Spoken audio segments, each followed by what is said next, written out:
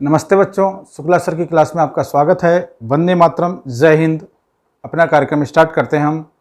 देखिए, आज का जो हमारा टॉपिक है वह है दैनिक जीवन में पीएच का महत्व, कि दैनिक जीवन में पीएच का क्या महत्व होता है और ये कौन सी क्लास का और कौन से चैप्टर का टॉपिक है। तो ये हमारी क्लास है 10th क्लास और हमारा चैप्टर नंबर है 2, जिसका कि नाम है अम्ल क्षार लवण। उसमें ही एक हमारा टॉपिक आता है कि दैनिक जीवन में पीएच का महत्व, और इसका पहला कार्यक्रम हमारा स्टार्ट है। पहला प्रश्न ये आता है हमारे सामने कि क्या पौधे और पशु पीएच के प्रति संवेदनशील होते हैं? क्या पौधे और पशु पीएच के प्रति संवेदनशील होते हैं? बिल्कुल 101% पीएच के प्रति संवेदनशील होते हैं। पौधे भी होते हैं, पशु भी होते हैं, इवन दो इंसान भी होते हैं। देखो, सबसे पहले हम मानव की पीएच की बात करते हैं कि जो मनुष्य है, इसकी पीएच रेंज होती है 7.0 से लेकर के 7.8 के बीच। इस पीएच रेंज पे ही एक इंसान सरवाइव कर सकता है। अगर यूं सोचो, अगर पीएच कम हो जाती है, अब हम थोड़ा दिमाग लगाएं कि पीएच कम हो गई एक, तो क्या होगा? यदि पीएच ज्यादा हो गई तो क्या होगा? बच्चों, यदि पीएच कम हो जाती है, इसका मतलब यह है कि हमारी बॉडी में कौन से आयनों की सांद्रता बढ़ जाती है? हाइड्रोजन आयनों की सांद्रता बढ़ जाती है। यदि हमारे शरीर में पीएच ज्यादा हो जाती है, इसका मतलब हमारे शरीर में हाइड्रोक्साइड आयनों की सांद्रता बढ़ जाती है। और दोनों ही दशा में स्थिति खतरनाक होती है। अगर हमारे शरीर में पीएच कम हो जाए तो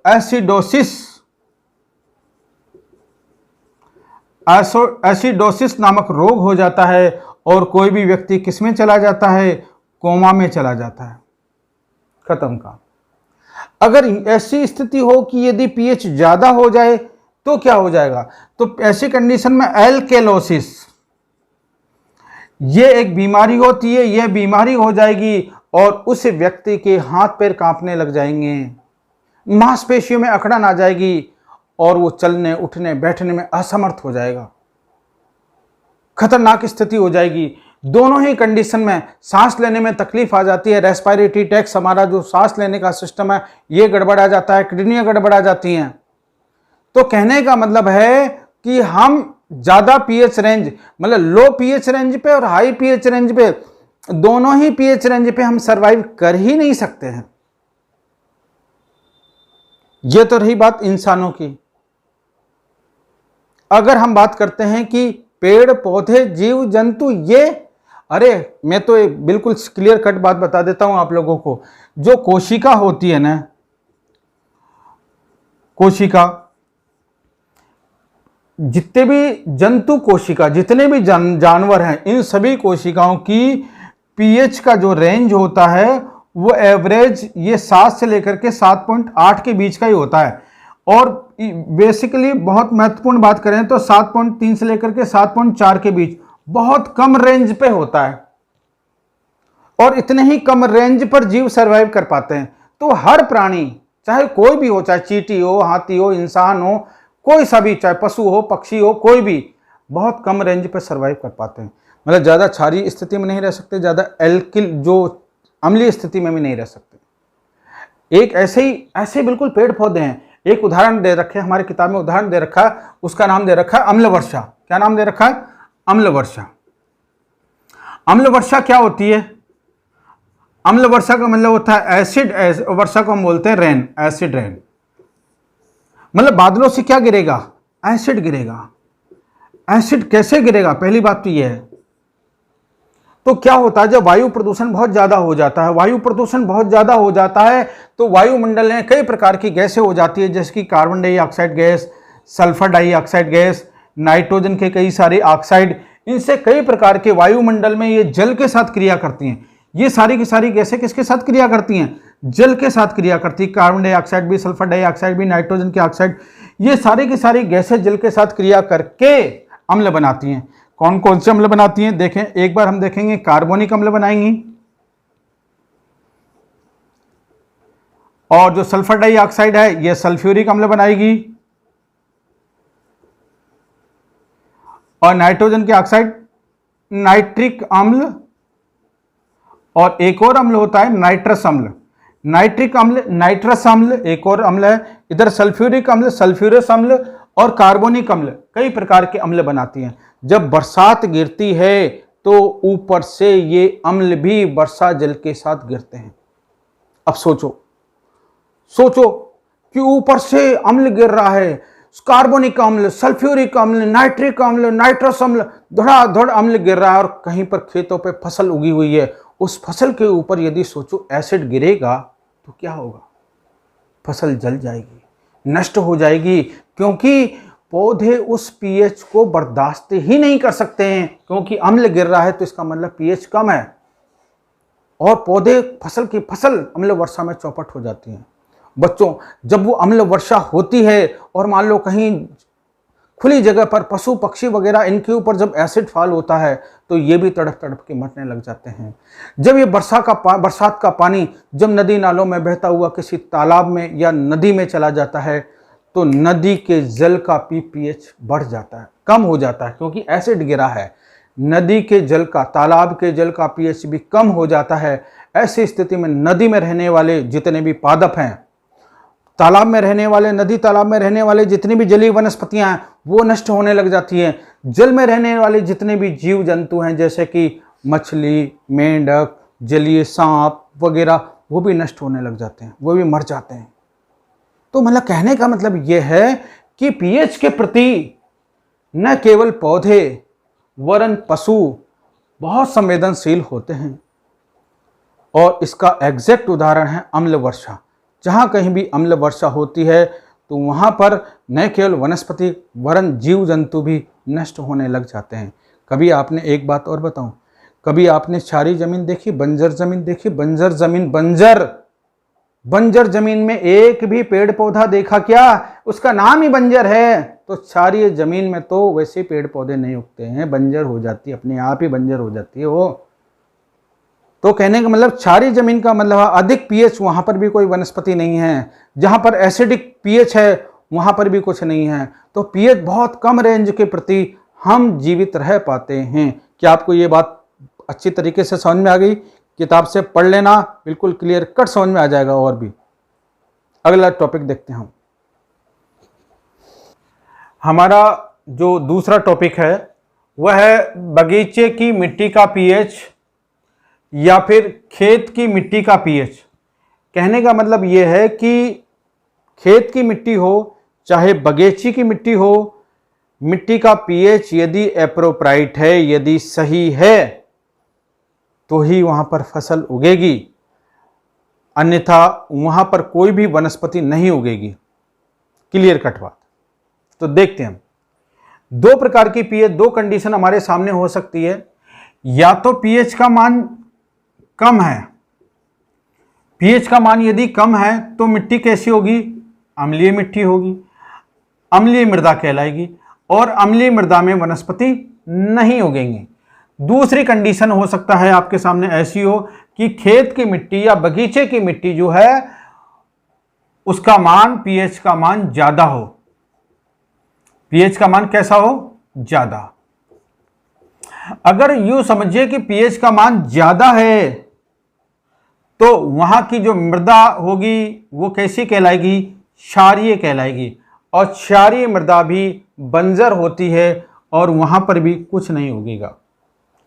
तो ऐसी कंडीशन में जो कृषि वैज्ञानिक होते हैं, या यूं कहें कि किसान लोग अपनी मिट्टी की पीएच की जांच करवाते हैं कि सर हमारी तो खेत में पैदावार ही नहीं हो रही, हमारे यहाँ इस टाइप की फसल ही नहीं उग रही, तो हम क्या करें? तो वैज्ञानिक, कृषि वैज्ञानिक खेत की मिट्टी की जांच करते हैं, और अगर कम ज्यादा हुई तो उसको इलाज बताते हैं।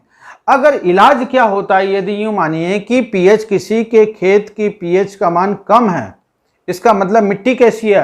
अम्लीय मिट्टी है, और अम्लीय मिट्टी की अम्लीयता को दूर करने के लिए क्या मिलाए जाएंगे? क्षार मिला दिए जाएंगे। अगर उस मिट्टी में क्षार मिला दो तो उस मिट्टी की अम्लीयता खत्म हो जाती है, और क्षार के रूप में हम मिलाते हैं चूना, ठीक है, कैल्शियम कार्बोनेट। उस पूरे खेत में चूना फिकवा दो या उस बगीचे में चूना फिकवा दो तो वहां की मिट्टी उदासीन हो जाएगी, वो नॉर्मल पीएच रेंज पे आ जाएगी। यदि बच्चों ऐसी स्थिति आती है, यदि खेत की पीएच का मान ज़्यादा हो और वहाँ की मिट्टी क्षारीय हो, तो हमें वहाँ पर डालना पड़ता है एक चीज़, हम कंपोस्ट। कंपोस्ट का मतलब होता है जो रेवड़ी की जो खाद होती है, गोबर की जो खाद होती है, उसको हम कंपोस्ट कहते हैं। पूरे खेत में रेवड़ी की खाद या गोबर की खाद फिकवा दो। या फिर दूसरा हमारा एक इलाज और होता है, वो होता है जिप्सम।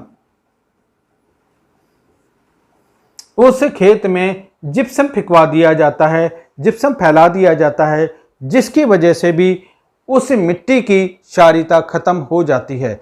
आई थिंक पिक्चर समझ में आ गई होगी। दोबारा रिपीट कर देता हूं। यदि दो कंडीशन है, यदि किसी बगीचे की या खेत की मिट्टी की पीएच का मान कम है तो क्या होगा?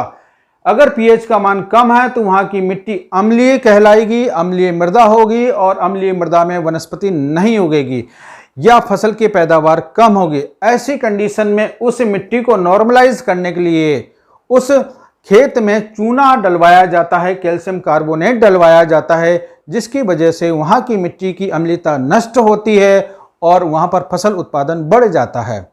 दूसरी तरफ की बात करते हैं हम। दूसरी तरफ कंडीशन यह है कि खेत में यदि पीएच का मान ज्यादा हो तो मिट्टी क्षारीय कहलाती है, और क्षारीय मृदा को दूर करने के लिए उस खेत में कंपोस्ट डलाया जाता है या फिर जिप्सम डला दो तो वहां की मिट्टी की क्षारीयता नष्ट हो जाती है। क्या आपको बात समझ में आ गई? Clear cut? अगला देखते हैं।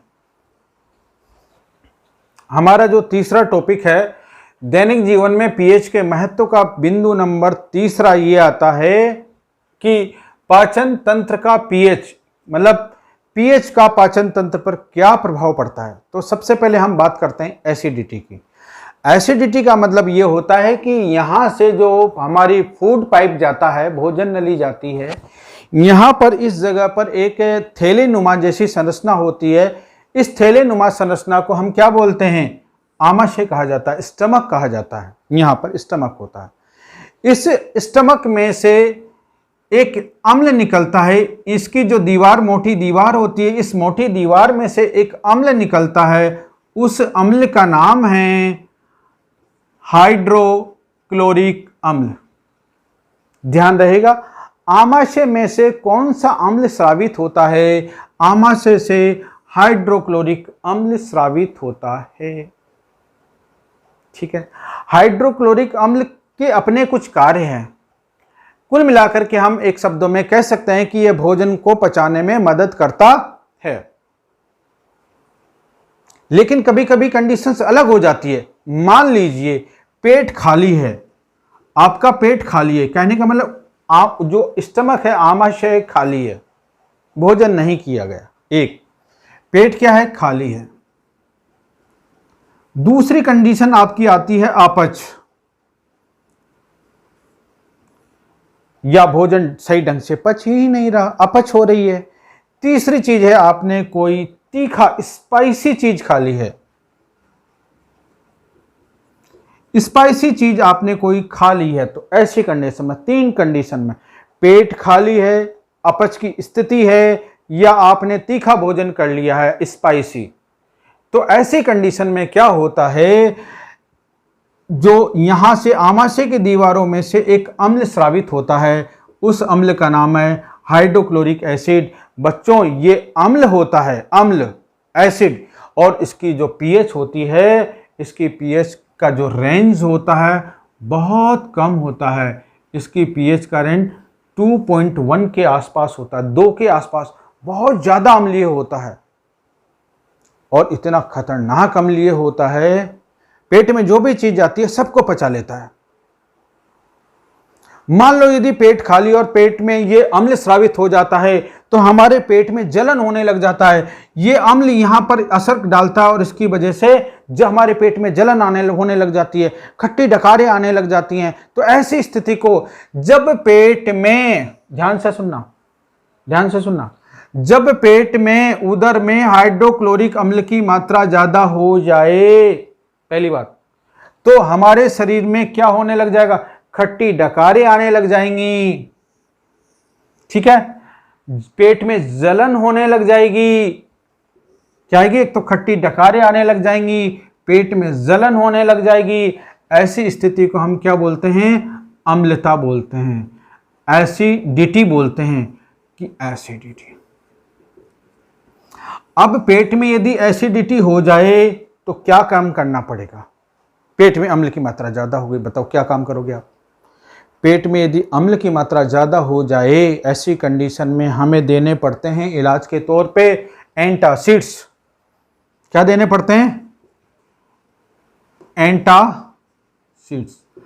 अब ये प्रश्न आता है कि एंटासिड्स क्या होते हैं, कि वे पदार्थ जो उदर की अम्लता को कम करते हैं, उदर की एसिडिटी को कम कर देते हैं, रिड्यूस कर देते हैं, उसे हम एंटासिड्स कहते हैं।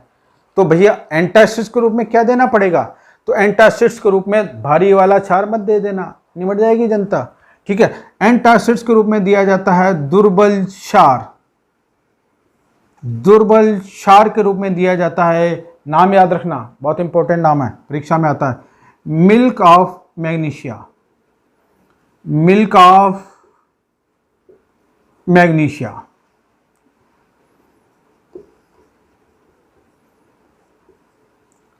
अब मिल्क ऑफ मैग्नीशिया का जो सूत्र होता है, मैग्नीशियम हाइड्रोक्साइड। अब मेरा छोटा सा प्रश्न, मिल्क ऑफ मैग्नीशिया का रासायनिक सूत्र बताइए, पहला प्रश्न। मिल्क ऑफ मैग्नीशिया का रासायनिक सूत्र है MgOH ट्वाइस, मैग्नीशियम हाइड्रोक्साइड। इसका रासायनिक नाम भी लिख देता हूं, मैग्नीशियम हाइड्रोक्साइड, ठीक है, ये ध्यान रह जाएगा, मैग्नीशियम हाइड्रोक्साइड। एक अगला प्रश्न आता है यहां पर, एंटासिड्स किसे कहते हैं, what do you understand about the antacids. Antacids क्या है, कि वे पदार्थ जो उदर की अम्लता को दूर करते हैं या हमारी पेट की एसिडिटी को कम कर देते हैं, उन पदार्थों को एंटासिड्स कहते हैं। एंटासिड्स का एक उदाहरण दीजिए, milk of magnesia. Milk of magnesia का रासायनिक सूत्र बताइए, MgOH ट्वाइस। इसके बताइए पेट में अम्लता का क्या कारण होता है, excessive secretion of the hydrochloric acid, मतलब हाइड्रोक्लोरिक अम्ल का अत्यधिक स्राव, बहुत ज्यादा सीक्रेशन होने लग जाए, स्राव ज्यादा होने लग जाए तो एसिडिटी बढ़ जाती है। क्या आपको ये बात क्लियर हो गई?